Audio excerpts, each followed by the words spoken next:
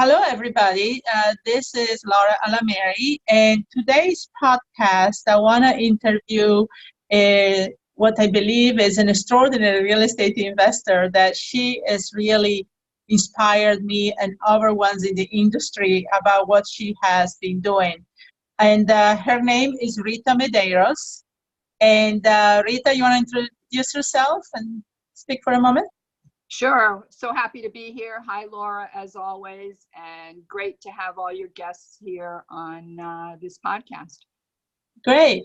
So today's topic is about buy and hold. And I love to bring investors that what I walk the talk, as I say, that actually have done what they talk and teach. And Rita has done exactly that. So I want to ask you a few questions first, Rita. Can you tell me a little bit about your life before real estate investing? I know you still work as we speak out as a nurse, but also before you got into real estate, were you doing anything else that was real estate related or any other business? No, I went to school for nursing, and my specialty was psychiatric nursing, and I currently have that full-time job. And I guess my only connection prior to this to real estate was the fact that my grandparents owned a duplex. So I grew up familiar with that venue, with collecting rent and all of that. And I often am amused the fact that when I was 18 years old, I could have entered into the world of real estate because my grandparents could have shown me. But I decided to take the path of going to school, getting a good job. So I'm afraid I let a good job, a good life get in my way of having a great life. So I missed that golden opportunity of following in my grandparents' footsteps and entering the world of real estate.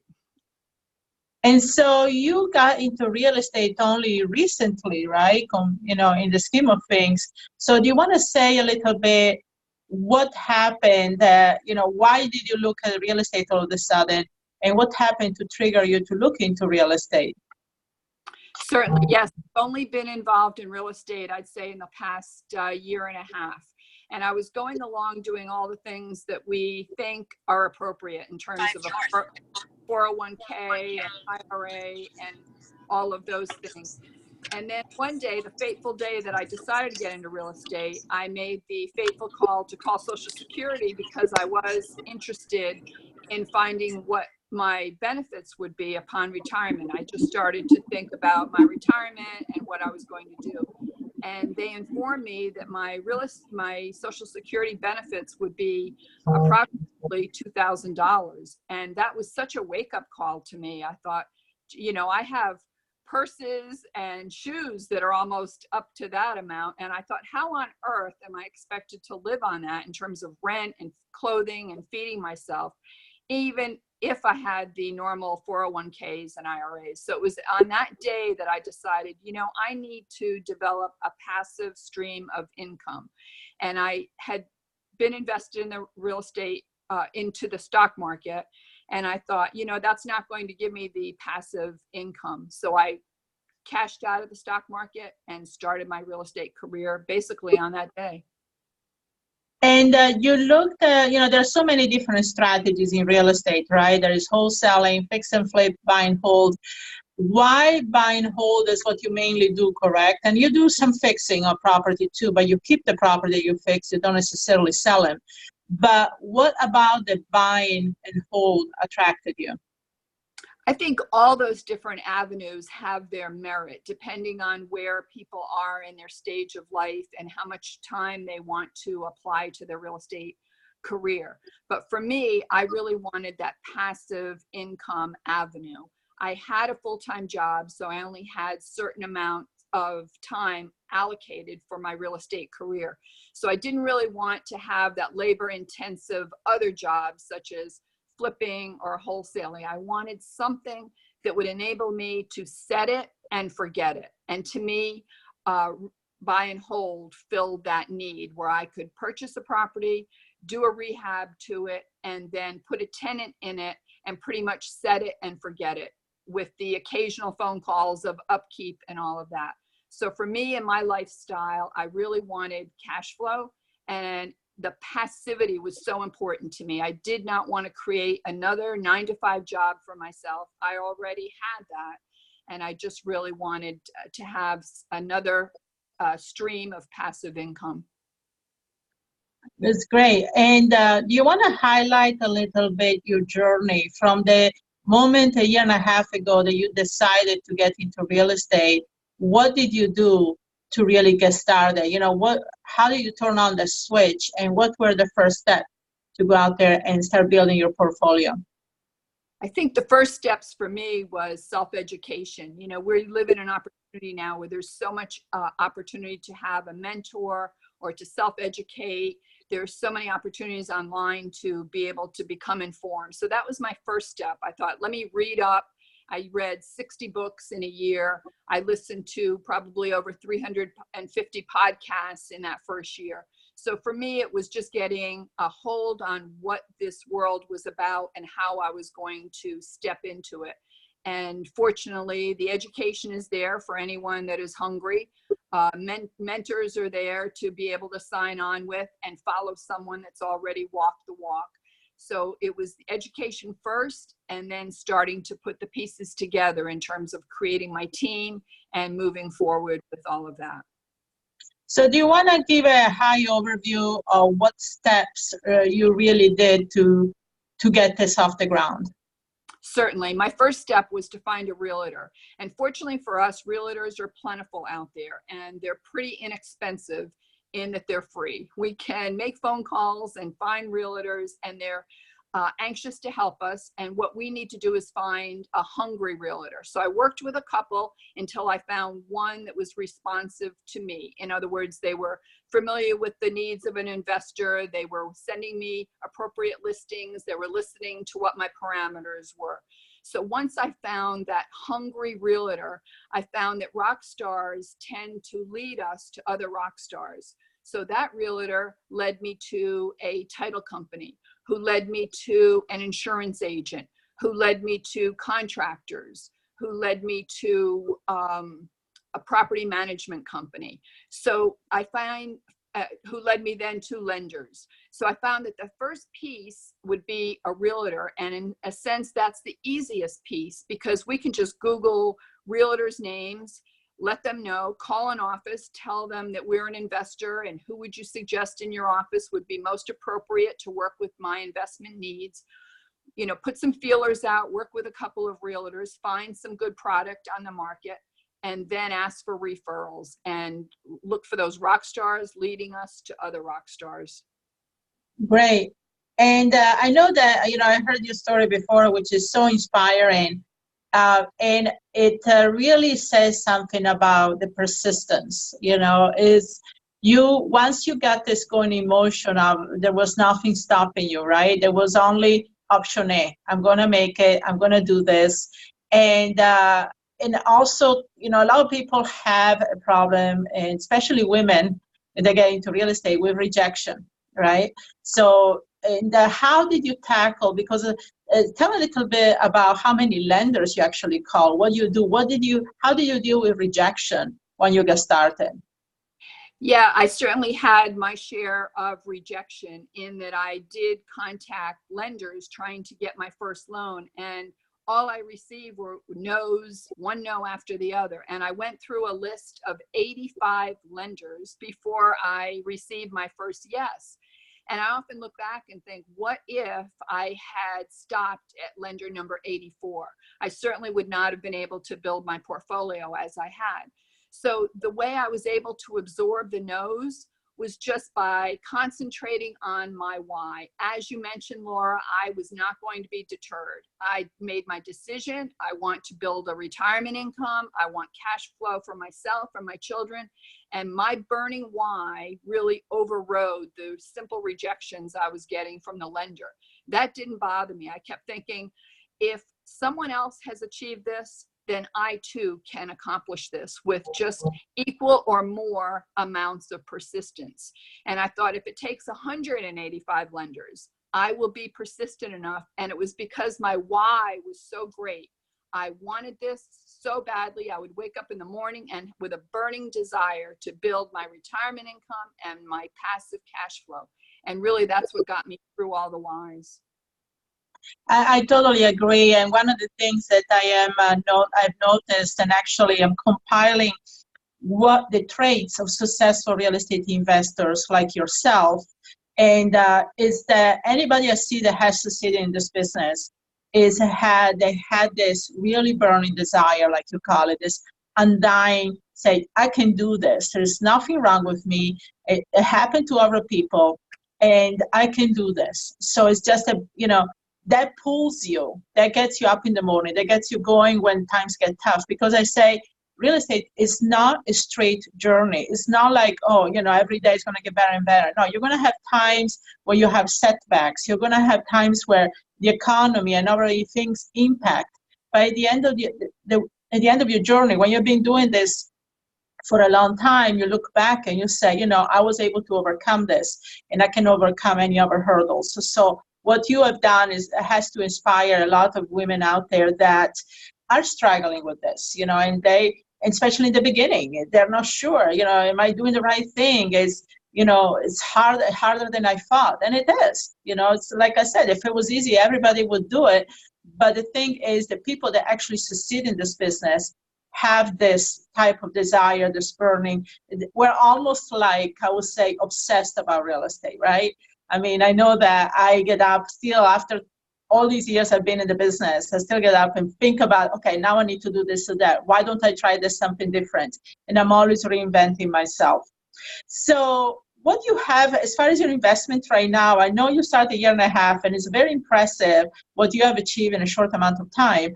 What are your current investments right now, and what are your plans here in the short future? My current investments are 21 single-family homes. I'm an out-of-state buy and hold investor. So I live in Florida, but I invest in the Midwest. And I have them all 100% rented. So I've worked very hard on getting 21 rehabs accomplished and getting tenants in there. And so I'm happy I've stabilized the portfolio, because trust me, that was a great obstacle, because I did grow so fast. I had the majority of vacant properties, and I needed to get in there, get the rehabs accomplished, long distance, which created its own challenges. But now that I've stabilized the portfolio, it's 100% rented. Now my projects are to move the assets into land trusts, because I feel like that's the best in terms of liability coverage and anonymity. And I'm also working on a refi package so I can pull some more money out, so I can get back into acquisition mode. And I'm also trying to give back, such as doing this podcast here. I've started a women's mastermind. We have 150 women in the women's group that I meet monthly with. And most importantly, for my success, I continue to be a student of the game. I always attend networking functions. I'm going to Philadelphia to the Mid-Atlantic Conference. I'm going to the Bigger Pockets Conference in Nashville. I attend your women's luncheon whenever I can. And I'm still reading and listening to podcasts. And that's probably my biggest continuum, that I feel like I am a student. There's still so much to learn, and every day is a learning experience that I want to continue for my growth. Exactly. You have to reinvent yourself, to really thrive in this business. Real estate is not a static business. It's not like you learn, okay, now I know and I can do this forever. Things change, how you approach the marketing, financing, anything. And even people perception, the sellers, the tenants you're working with, they change what their expectations are. So that's great. And I love the fact that, like you said, you have to constantly study. You have to be out there and be informed. This is not, an investor, sometimes it is a lonely business, right? We are basically, can be our worst enemy, or we can be our best friend. But the thing is, you have to be out there in touch with what is going on in the world and the community, definitely. So now, what was your biggest mistake that you think you've done, and what did you learn from it? I think my biggest mistake bar none, was not starting earlier. So if I can encourage anyone that's listening to this podcast, and that would be start today, if only by reading a real estate book, by listening to a podcast, by going to some networking functions. But that is my biggest regret. And fortunately, I don't look back that often, but had I started earlier, I would have been so much further ahead in terms of my passive income. So that was my biggest mistake. And I'm trying to remedy that by growing fast and being so serious about my educational path and all of that. And I guess my current regret would be, or the thing I've learned, is to better screen tenants and especially contractors. I had a few obstacles, as we all do, regarding contractors. I had to go through a couple. I finally found one that I'm working with now that's working. But just learning that screening process, learning what to look for, what to ask, what are the red flags. But we're all a work in progress, and we don't start out in this business knowing everything.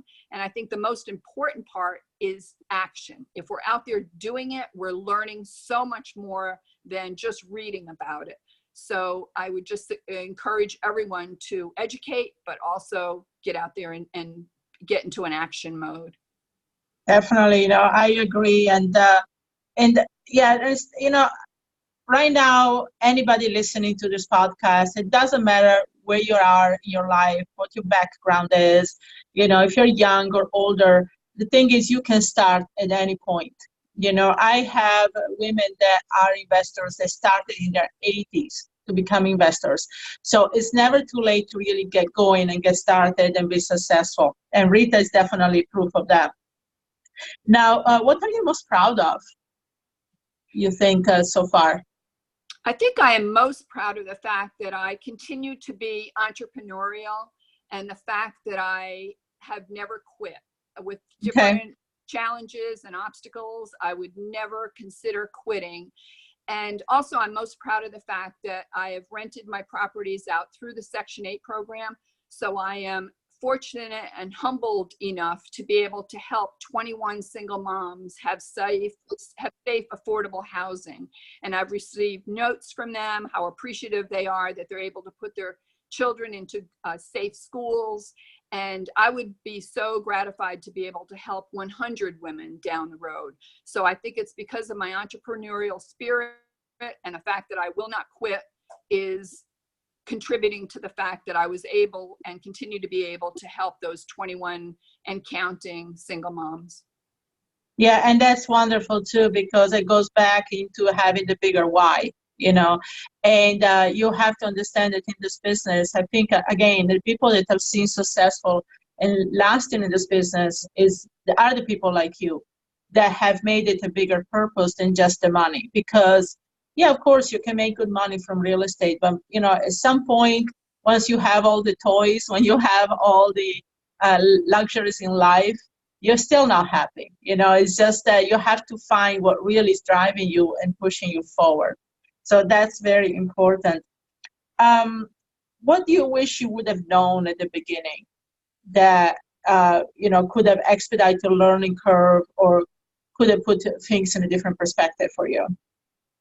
I think way back in the beginning, we're all aware of real estate, and way back in the beginning, when I even thought about it 20 plus years ago, we were not fortunate enough to have such things as the internet, to have mentors such as yourself, to have the opportunity to get on Bigger Pockets, to be able to sign up for podcasts, and there was not the prevalence of real estate books. So I think had I had that years ago, I wasn't able to walk into a women's group. I remember 20 years ago walking into a real estate group, and they were all contractor men that I didn't feel I could relate to. And I remember walking out thinking, no, this isn't really my world. And I regret that. But now the opportunity is limitless. We can find other women that are doing it. We can find so many groups and networking opportunities.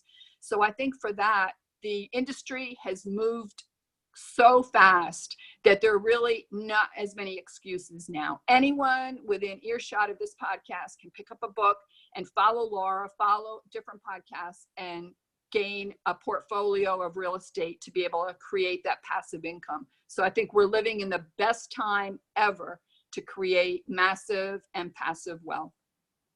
Right. And I think, we learned from you during this podcast that taking action, right? The thing is, after all, once you gather the information, you have to take action. And a lot of women, I think, stay on the sidelines just thinking they never have enough information, or it's not the right time, or whatever situation it is. But if you wait for that, it's never going to be the right time. You're never going to have enough information. It's like the old saying, it's better sometimes to take imperfect action than no action at all. And I believe that when it comes to real estate. I think I started really young, and honestly, they say sometimes ignorance is bliss. And it was good for me because I think I could have stopped in my tracks if I started older, because, we always trying to talk ourselves out of it when we have to step out of our comfort zone. So you definitely have prevailed over that. So now let me ask you, what are the 3 best tips of advice that you have for a woman that wants to start in real estate? I think someone that's looking at this today, I would say for sure, start today in some way, shape, or form. But the 3 tips are very, very simple in some regard. And that is, first, educate yourself. But second, execute. As you just mentioned, Laura, the most important step is to get into action. So you need to execute what in fact you're learning. You just can't sit back and read books. Otherwise, librarians would be the richest real estate tycoons out there. So it starts with education, but we certainly need to get into that execution step and take that massive action and not expect it to be perfect. And then thirdly, I would say never quit. And if you do those 3 things, you will succeed in building a real estate portfolio by educating, executing, and never, ever quitting. I agree. And one of the things I always say, to women is that to be around like-minded people, people like yourself that are an inspiration, and go out there. Because, if you sit at home and you get discouraged or frustrated, go to a meeting, go to an event, reach out to other people. And that's why one of the reasons I want to build this community of women is because sometimes we feel very isolated. It is a male-dominated world as far as real estate, but there are women like you that are really successful and really setting up a pattern here that I think is going to inspire a lot of women. So now, Rita, I know you have a group, a meetup. You want to give some information how anybody can find you? Where are you located, and what type of events? I know you host events every month as well. Certainly. The best way to reach me or contact me, and I'm happy to respond, I have a profile on Bigger Pockets, so I'm on there all the time, so you can reach out to me there. I'm also the team leader for the Real Estate Invest Her, HER.com. And that's a website with Liz Faircloth and Andressa. And I do have a monthly meetup. It's always the last Wednesday of the month. And we have 150 real estate women from all walks of life that attend. So either through that website of therealestateinvesther.com or Bigger Pockets, you could certainly find me either of those. And I'm located in Fort Lauderdale. Great. Okay, well, thanks, Rita. And for everybody, she is going to be at the retreat. This is the 3rd time. And I'm looking forward to make her part of this community too, because I think the inspiration that she has as far as women investors and showing, because sometimes people say, yeah, okay, you have an investor, but you've been doing it for a long time. Things were different, when you started back over 30 years ago. Well, yes, but then you see Rita. She said she started a year and a half ago, and she has done so well. So you can still be very successful in today's market. So I encourage you to really, reach out to Rita. She's an inspiration. Attend the retreat. She's going to be there speaking as well. And you're going to see more and more of her, because I do want to incorporate her into online events and podcasts and also training, because, again, she's an inspiration for a lot of women out there. So thanks again, Rita, for taking the time today. I look forward. Do you want to add any final words to this? I would say thank you so much for the opportunity, Laura. And I'm also always happy to help you out because you've been such an inspiration to me. As you know, you're one of my mentors, and I love going to your networking events, your luncheons, and your retreats. And there's so much to gain from your valuable experience that anyone listening to this, please just follow Laura. She's tried and true. She's accomplished it, and she's paving the way for all of us. So I'm very appreciative of all that you've given to this community, Laura. Thank you. Well, thank you, Rita, and I look forward to have a good long partnership with you in the real estate investing world, especially with women. Thanks again, everybody, for listening in, and this concludes the podcast, and I hope to see you in the next episode. Have a good day. Thank you, Laura.